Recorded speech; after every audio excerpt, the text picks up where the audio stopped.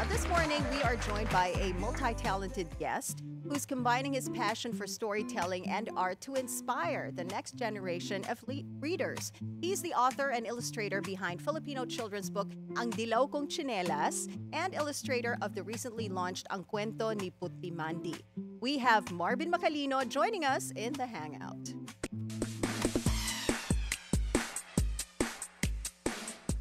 Hello, Marvin. Beautiful day. Welcome to the show. Morning. Thank you po. I love his alias. It's Marvin the Martian. Marvin the Martian. Right. With a Filipino accent. Oo, Marvin, kailangan may Filipino accent. Yung Marvin mo kasi may B eh. So talaga may Pinoy accent Oo, talaga. that's why I had to ask you nga kanina off the air. Is it Marvin or Marvin? Yeah, so it's Marvin the Martian. Yes. Okay, let's backtrack. Dun tayo sa very beginning. How did you start, finding interest in writing children's book? Kasi you studied fine arts major. You're a fine arts major in advertising from UST, diba? Yes. Graduated 2018. So, paano nag-start yon? What inspired you to combine yung illustrating and writing stories? I actually started po as an illustrator po talaga. And then, nung napasok po, nung college na po ako, we had a thesis. Ang thesis ko po was book illustration. Then, we were tasked to re-illustrate a book of our choice and then a different exploration po with it. And nung ginagawa ko po yun, I realized po na parang ang cool nga po na hand-in-hand dapat yung writing and illustrating. So sabi ko, one day, sana makagawa din po ako in my own story.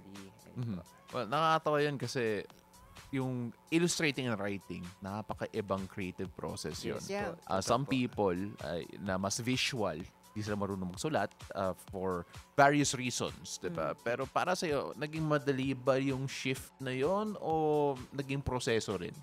Proseso rin po talaga. Kasi yun nga po, I started out as an illustrator. And hindi rin po ako ganun knowledgeable when writing. So, it's a process. And until now, tinatry ko pa rin pong talagang matuto ng mga bagong pwedeng ways to write. More ways to approach writing din po. Pero bakit children's Oo book? nga, why children's book? One thing po na naalala ko po is what story would I want to read nung bata pa ako. So yun po yung parang sabi ko, kung bata ako, I want to learn more about this thing. And then dun po ako humuhugot ng idea to explore po in writing and illustrating. So your alias is Marvin the Martian. How did you come up with that name? Actually po, yun nga po, nung as a kid po kasi, very exposed po ako to cartoons, to animations. Okay. And yun po, nakita ko po si Marvin the Martian and sabi ko, parang may ano rin po ako, I see myself as an alien or as a Martian in space, parang ganun po. And then, yun nga po, my name is Marvin, pero ano po siya, totoong letter B po talaga po siya. Oh, Marvin talaga siya. Ayun po. So sabi ko, para maiba at hindi ma-associate po sa kanya, sabi ko, gagawin ko Marvin the Martian. Ayun po. So let's talk about your books. Yung Kwento ni Putli Mandi, you are an illustrator of this book, correct? Opo, yes po. So but tell us more about this. Ano yung Putli Mandi, by the way? Putli Mandi po is a Mindanaoan delicacy po. So ano po siya, from Tausug cuisine po. Okay. Para po siyang kakanin. And then, nakakatuwa po kasi po nung book launch po namin, dun ko lang din po na-try yung Putli Mandi. So, nakakatuwa. So, masarap naman? Masarap po, masarap. Gusto ko nga po mag-round 2 po nun eh. Ang galing nun. In-illustrate mo yung Putli Mandi, but you haven't tried it Opo. ever. Okay. Hindi pa po. So, binase Okay. ko lang din po siya dun sa pagkakadescribe po nila Chef Miggy and nila. The Sir writers Nelson. of the book. Opo, yes Okay. po. So, paano mo in-illustrate yan considering na, okay, yung inspiration nito, di mo pa natatry yung Putli Mandi? Opo. Ano po talaga, I work closely with them po talaga. Okay. In doing the process po ng libro. And yun nga po, sabi ko po kila Chef Miggy na gusto ko pong matry ito one day.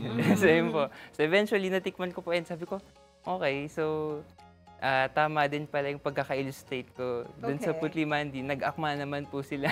Okay. And you've described this as one of your career highlights. Bakit Apo. napaka-special nito project nito sa'yo? Yes po, kasi po, this is the first book launch po that I experienced as an I illustrator. see. Okay. And yun nga po, seeing po last week nung book launch po na yung pinaghirapan po namin na libro, naka-display around the gateway, and then yung cover po ayun po naka-display po siya dun sa LED screen sa taas.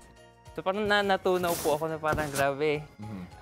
Kaya din palang maabot yung ganun po, talagang porsigido ka lang po talaga. Yeah, yes. Ano yung mga emotions mo nung nakita mo na hindi lang sa papel yung gawa mo? Because obviously, ayun, sa LED, may standee.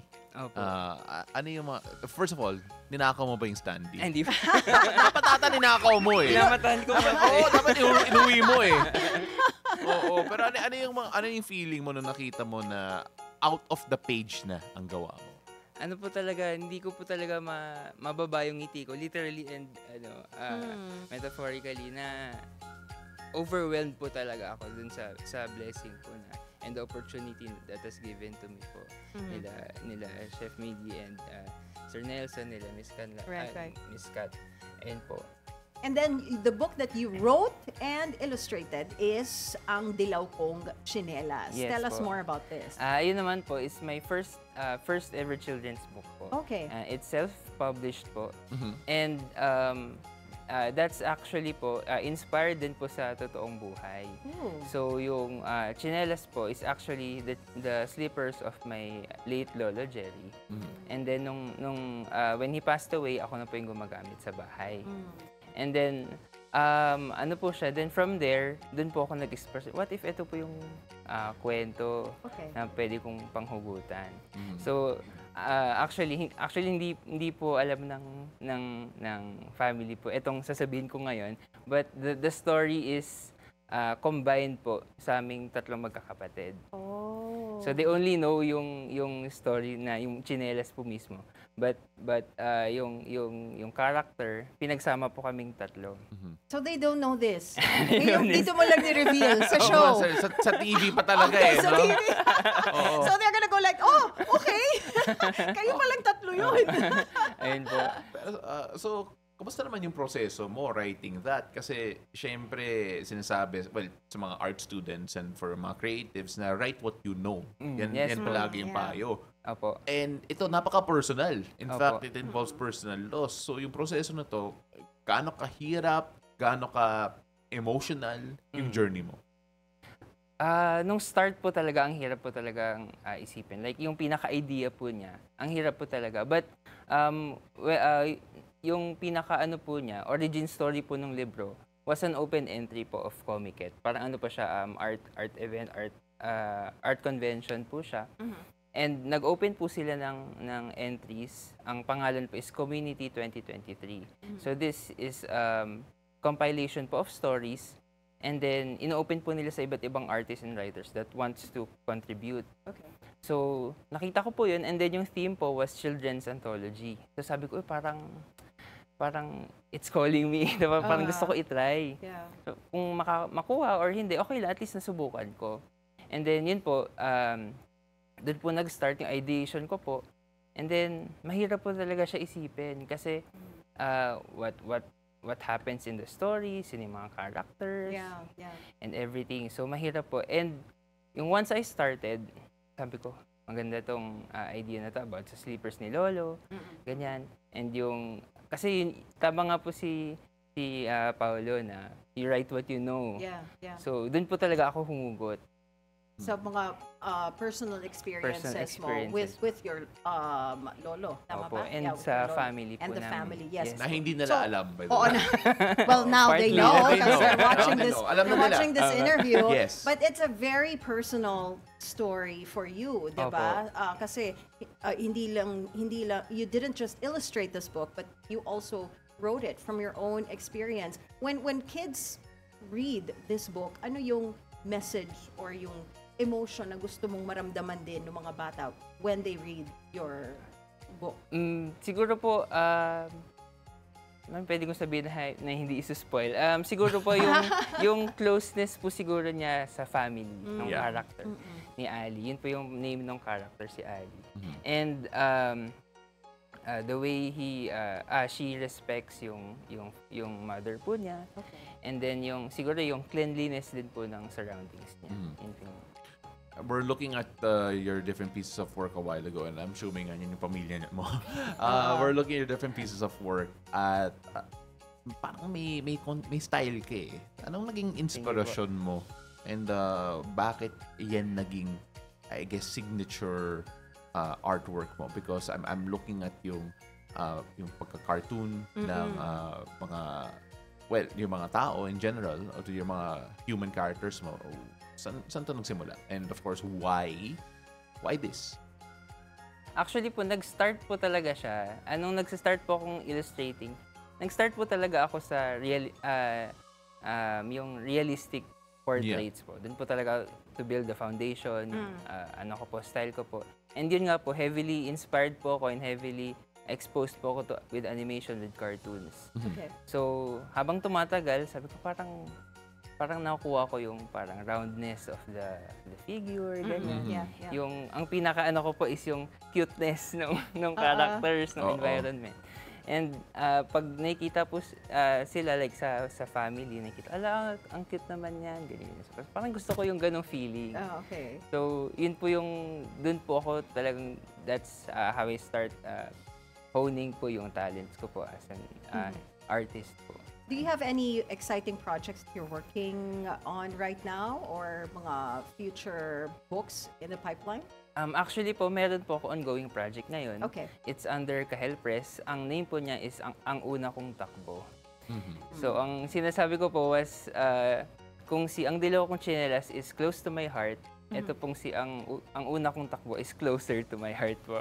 Kasi po, mas ano na po siya, more on the personal experience ko na po mismo. Okay, kano ko closer to the feet eh. Oh, Kasi, I was expecting him to say that too. Like, ito naman po closer to my feet.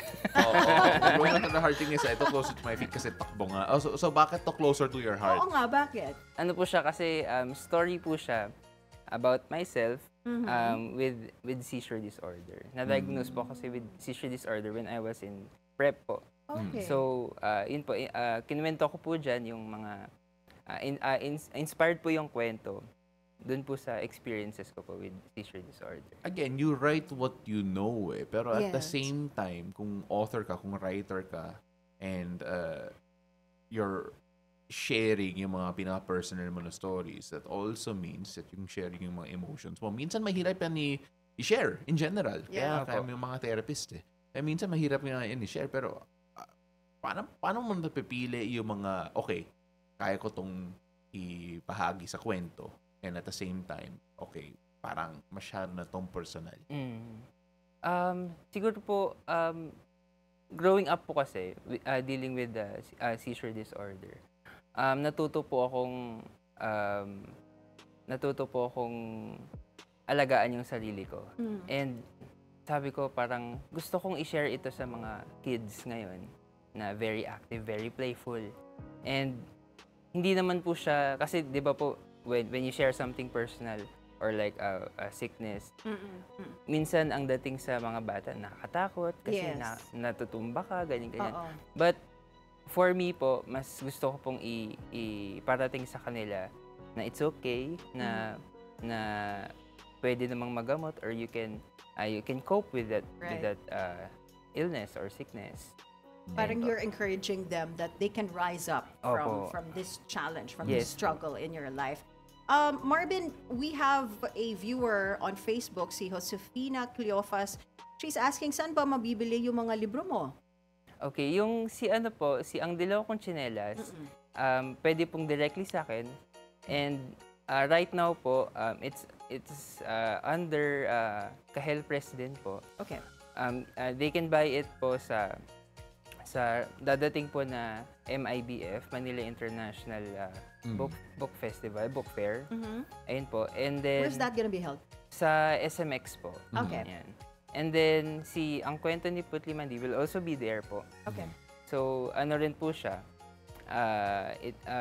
mabebenta rin po siya doon under paper cut books naman po. Alright. Sinabi mo kanina na they can reach out to you directly para Oo. mabili yung yung dalaw na chinelas. Opo. So, how do they reach out to you directly? IG ba? Or IG ano? po, yes po. Yung I'm ID active niya there. is What's your handle? at Marvin the Martian. Yes. Marvin the Martian. Marvin with a B, Okay, Da yes. with a D. With a D. Oo, Marvin the Martian.